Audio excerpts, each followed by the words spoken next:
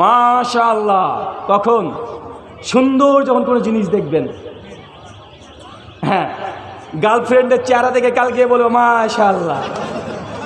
এইটা না, বউটাকে গিয়ে বলবো মাশাআল্লাহ, তোমার চেহারা অনেক সুন্দর। কথা বুঝতে পারছেন না ভাইজান? মাশাআল্লাহ কখন?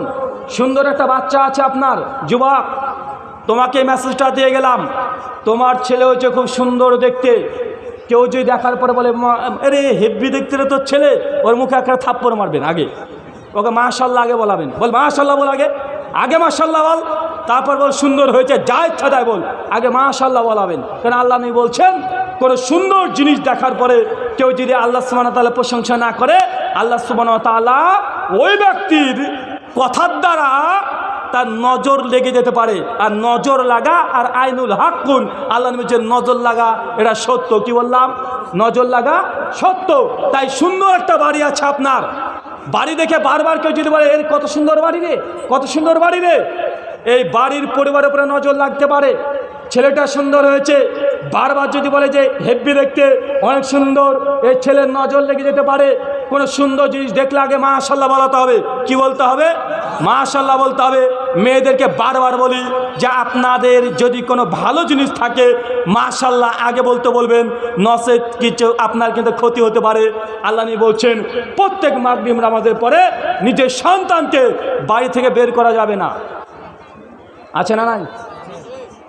আগে বলে হুজুর আমার ছেলেকে জিনে ধরেছে, তো জিনে তো ধরবেই। ছেলেটাকে মাগরিবের পরে বাড়ি থেকে বের করেছিলেন।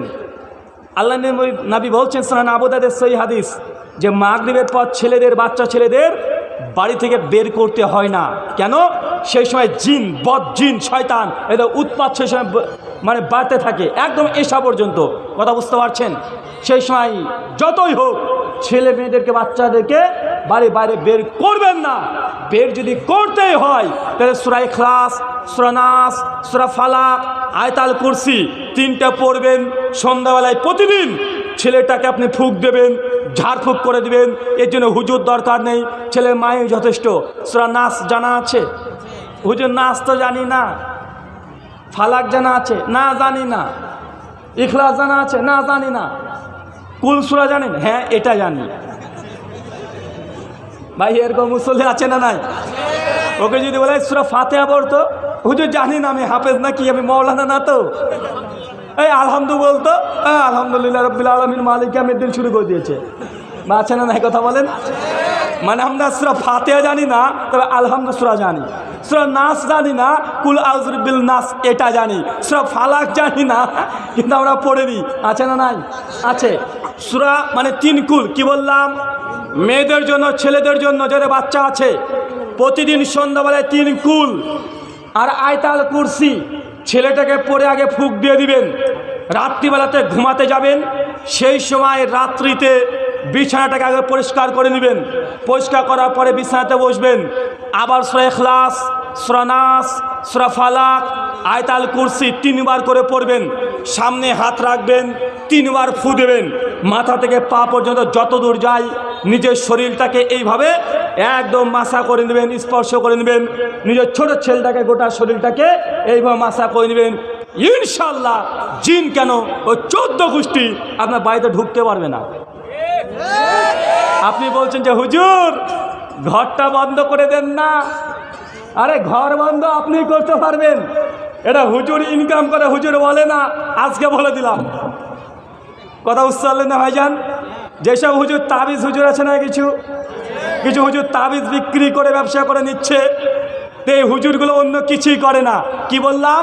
আবার বলেন। সূরা ইখলাস, সূরা নাস, সূরা ফালাক, আয়াতুল কুরসি প্রতিদিন রাত্রিবেলাতে পড়বেন। কি বললাম? ঘুমানোর আগে পড়বেন। আপনার ঘরে 2টা ফেরেশতা একদম গার্ড হয়ে দাঁড়িয়ে থাকবে। আল্লাহ নবী বলছেন ফেরেশতা একদম গার্ড হয়ে খাটের এই মাথায় আর এই মাথায় দাঁড়িয়ে থাকবে। 19-20 শয়তানকে দেখলেই 4-6 মারিয়ে তাড়িয়ে দেবে। ফেরেশতা, চিন্তা করতে পারছেন? ফেরেশতা আপনার বডি গার্ডের মতো দাঁড়িয়ে থাকবে। আপনি ভাবছেন যে হুজুরে যে কী যে বলে ফেরেশতা, আরে ফেরেশতা হলে দেখা যাবে না। ফেরেশতা আর কি? অ্যাঞ্জেল, ফেরেশতা বিশ্বাস করেন না, কিন্তু ভাই এলিয়ানকে বিশ্বাস করেন কি করেন না? তরুণ সমাজ এলিয়ানকে বিশ্বাস করেন? এলিয়েনের সিফাত কি? বিজ্ঞানীরা কি বলছে? এলিয়েন মানে ভিন গ্রহের কোনো প্রাণী, যেটা আমাদের এই গ্যালাক্সিতে নেই, মিল্কি ওয়ে গ্যালাক্সিতে নেই, এই গ্যালাক্সির বাইরে আছে। এবং তাদের সিফাত, তাদের বৈশিষ্ট্য, তাদের অ্যাট্রিবিউটস, যে তারা এই পৃথিবীর মানুষের চাইতে অনেক উন্নত, বুদ্ধিতে, চলাফেরাতে, তাদের সব কিছু মানুষের চাইতে উন্নত। তো ভাই ফেরেশতারা কোন জগতের কথা বলেন? আমাদের যুব সমাজ যারা আছে সায়েন্সকে গড মনে করে, বিজ্ঞানকে মনে করে আমাদের আল্লাহকে মানা দরকার নেই, বিজ্ঞান দিয়ে সব জাজ করে ফেলবো। তো ভাই তুমি এলিয়ানকে বিশ্বাস করতে পারো, আমি ফেরেশতাকে বিশ্বাস করতে পারি না।